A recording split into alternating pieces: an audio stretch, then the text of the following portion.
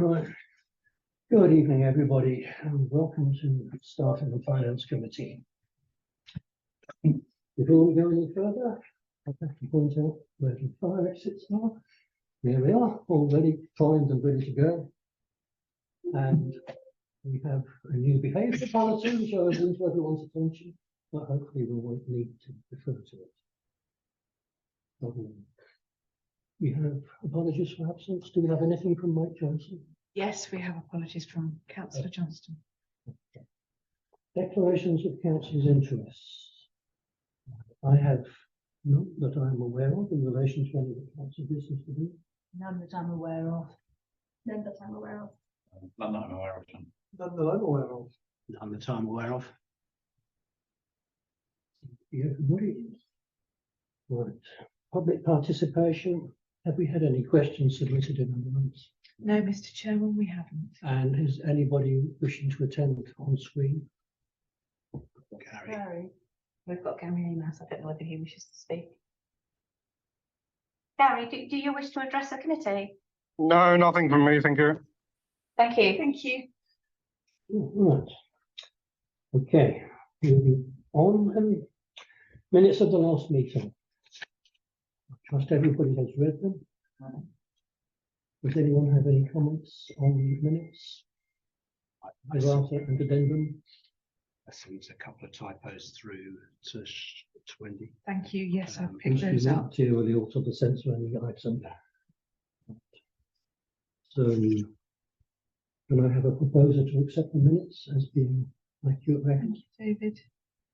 Seconded by. I'll second them. Thank you, John. Right. John, just so I Second. wondered whether we should add a post-meeting note here about the insurance policy. I'm going to touch on the insurance policies in the next section. Okay, because that was sort of left up in the air, wasn't it, last time? And with the officers to go away and ask for a better offer, and then it was decided that we got a better offer from Clear Councils. Yes, we have taken up their policy. Yeah. Okay, so further update from me. Item 1, current budget for against the budget for this year. We are currently showing a deficit year to date of about 18,000. That I believe to be not entirely accurate because I think some accruals are missing, particularly in relation to the audit fee and parking enforcement charges. I think the underlying deficit is more likely to be about 30,000. That compares to a budget surplus for the year to date of about 8,000. And I suspect that the main reason for the difference is simply that the budget is more or less flat across the year and expenditure is lumpy. Expenditure is coming through earlier than the budget prediction. So at this stage, I see no reason for particular concern. Second item, budget for next year. The budget model does exist. It has been extensively modified to take into account the possibility of additional activities as a result of North Somerset. We don't know what they are, but there are lots of gaps in the schedules. It will be a complex process this year, especially if we take over some income as well as expenditure. I have asked councillors in various ways to put together their own ideas for new activities that they may wish to undertake, quite apart from anything that North Somerset would like to get rid of. So all ideas are gratefully accepted for open discussion. Hall's refurbishment project is now with Osmond Tricks. They have obtained a lot more information from technical specialists relating to drains, electrical systems, lifts, and so on. They are in the process of assembling the design specification for the tenders. Hopefully that will be complete and ready to go to contractors by the end of October. We are expecting tenders back by the end of November, and we should be in a position to make a decision in early December. At the moment, we do not have a clear indication of just where the expenditure will fall in terms of this financial year or next financial year. I have had discussions with Harry Hancock about equalising the two so far as possible, because I'm a little concerned about the effects on our published reserves at the end of March. If we front load all the expenditure, we will probably get a clip round the ear from the internal auditor, although I doubt it will be anything worse. At the moment, we have no information as to what the tender costs are going to be. We have to go with this already in public domain. Next item, VAT mitigation. The Halls project, of course, will incur approximately £100,000 worth of VAT, which is not likely to be recoverable. Unfortunately, that was not my original impression in discussions with Rachel, but it doesn't matter. We have engaged a specialist called Parkinson's, who is a specialist in local authority aspects of VAT. Rachel has dealt with him before. His fee is approximately £1,100. That's right. Plus Yes. VAT. And I think he's expected to report before the end of October. That's right. Early October, I think, which gives us time to do the mitigation methods which are practical before we start spending money on the halls. The most likely option is that he will recommend something called an option to tax in respect of the various buildings, which means that we will be able to recover the VAT, but we will have to charge VAT on things like hall rentals, which will put the cost up by 20%. This, of course, will incur a certain amount of public criticism, and we could, as a sweetener, offer to reduce the hall rentals by X% in order to show that we're willing to share the pain.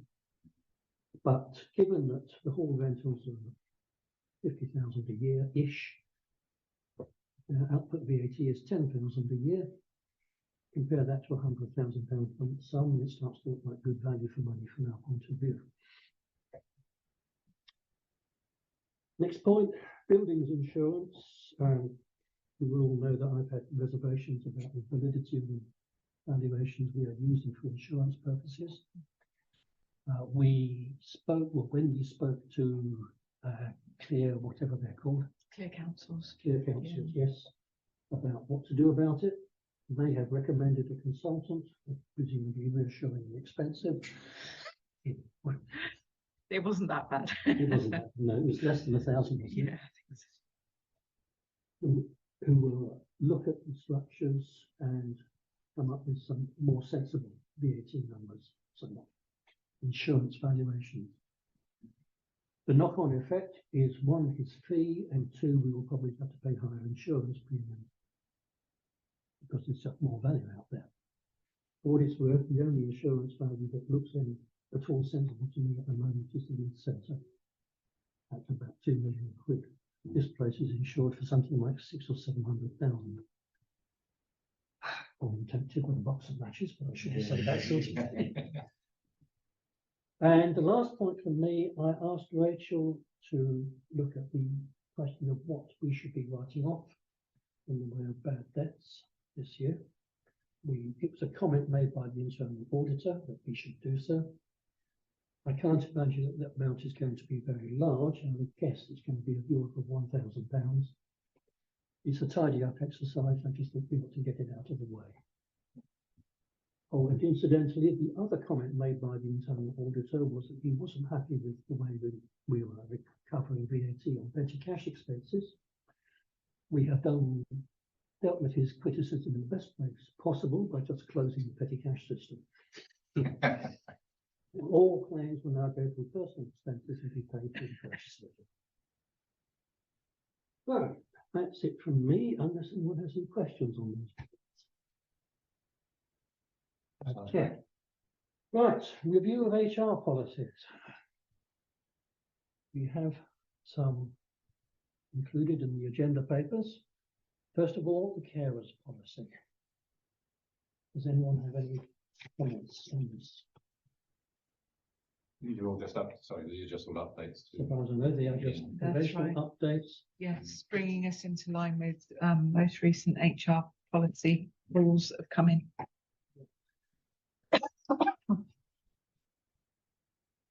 Sequencing the agenda papers is not the same as your sequencing. Shock horror. You're allowed to fall on your sword, but please don't do it in office hours. Okay, carers policy. Is everyone happy to accept that? Do you need separate minutes for separate resolutions for each one? If everybody's happy with everything, we can take them together, but if there's issues, we'll deal with that's them fine. Does anyone individually. have any issues on the flexible working policy? Oh, next. Maternity policy? Any issues on that? No.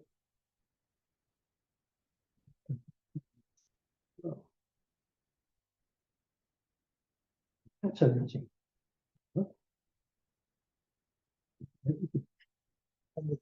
And adoption. It's all in there, yeah. Yeah. It's all in. I had two minor comments actually. Yeah. They're more typos. I forwarded them on to the committee and Wendy beforehand. Thank you. Are you just happy sort of- with those type of corrections, Wendy? Yes, that's absolutely fine. Yeah, it's just a wording issue and spelling out an acronym issue. That's Right. fine. And there Thank you, should David. somewhere be a alcohol, drug and substance abuse policy. Did I miss that?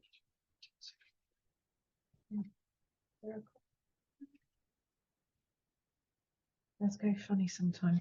Yeah. I know. I'll take them over to the next session pending That's fine clarification. there. Yeah, all right. No worry. Don't wait. That's fine. So subject to my caveat, can I have a proposal that we approve? Can I these? just ask one question? Yes, Just of course. checking that these have, they had the oversight of our HR. She wrote them. Are we doing all of them or are we omitting? We will omit alcohol because it has been missing from the papers, but on, well, all the others are concerned. Can I have a proposal that we adopt them? Seconder? Thank you. Jenny. Good. Finance, we have several schedules, half a dozen or so. Lists of payments of various kinds. I do have some queries myself. I don't want to get in anyone's way, so we're open to discussion. Shall we start with the Unity Trust payments made in June?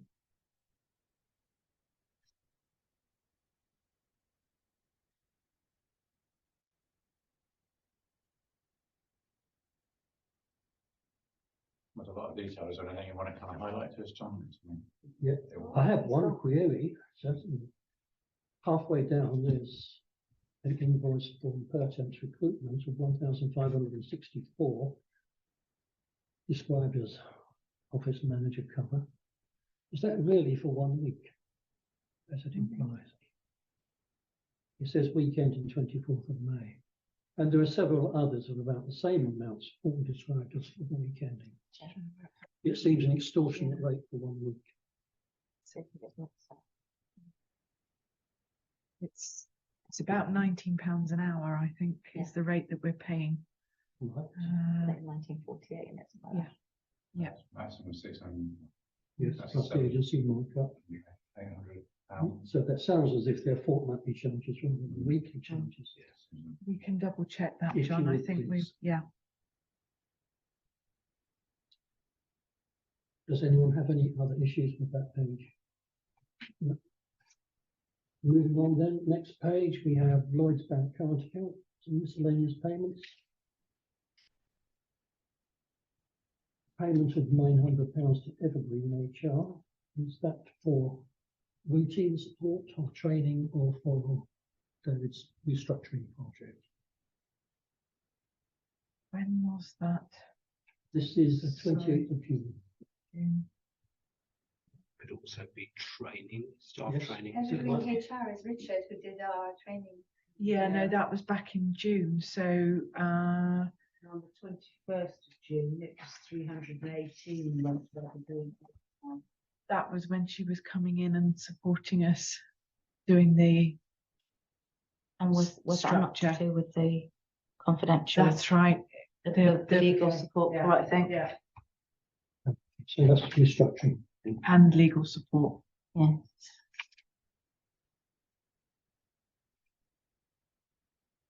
Anyone have any other issues on that page?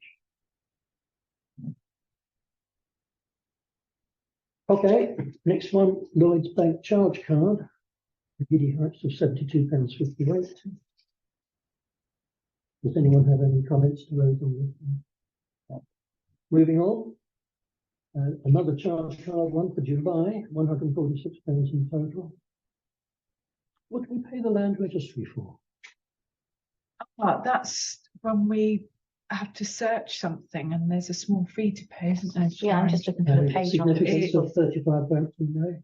The query raised by Mike and Yes, it myself, was. actually, in Yeah, relation to a plot of land next to a house. We found whilst doing the community So reading. we've got the planning committee to blame for it. huh? Yeah, sorry. Okay. Right.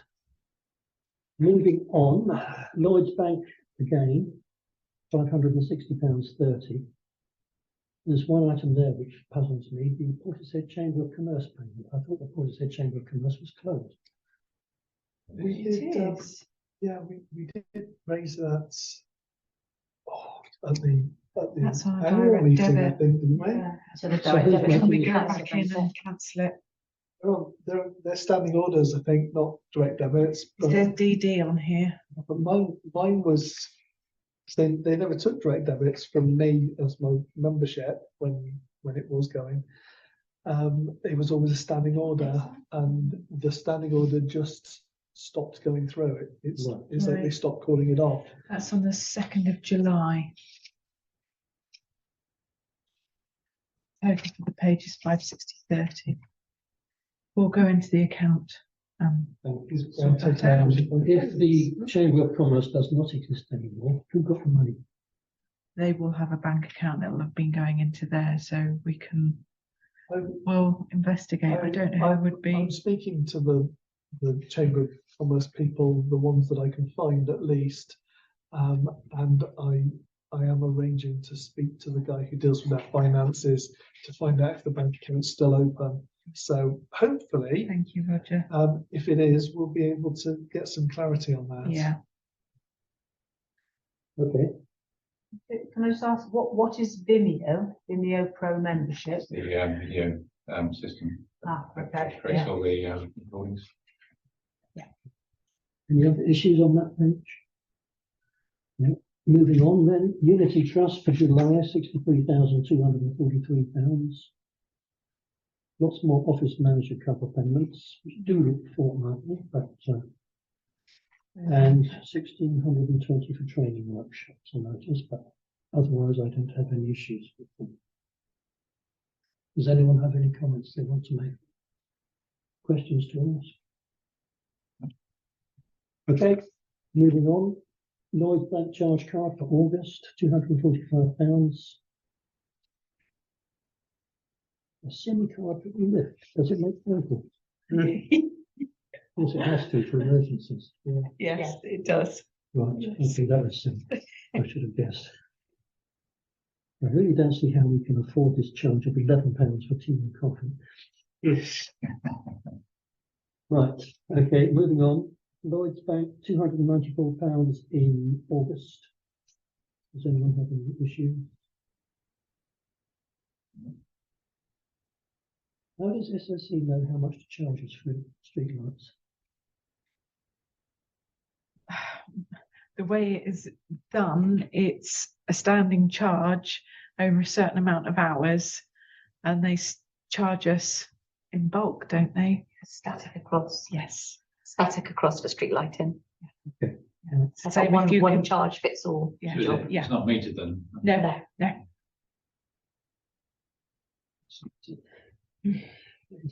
Think of these things.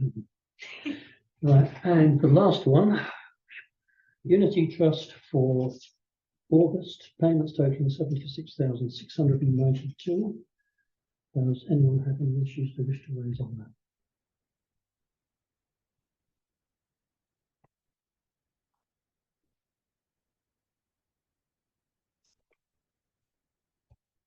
If not, good. Right, we worked our way through all those. Right. Now, it also says here to receive the external auditor's report and certificate and to note the conclusion of the audit. Hasn't that already been dealt with in council? It gets sent off in June, and we then receive papers to say that the audit has been completed, and we have to note that and minute that in our records, and it has to be published on our website. Okay, Okay. right.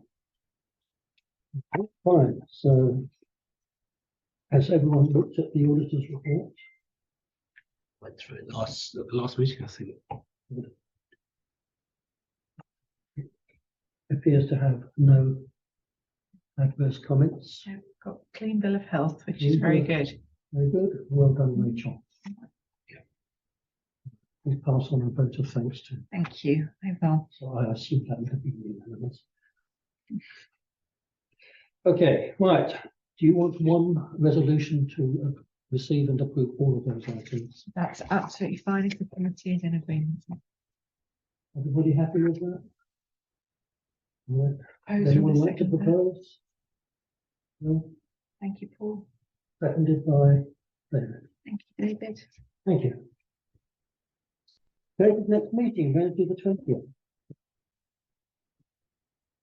Right, exclusion of the public and press. Now, and I think that's the end of the recording. James.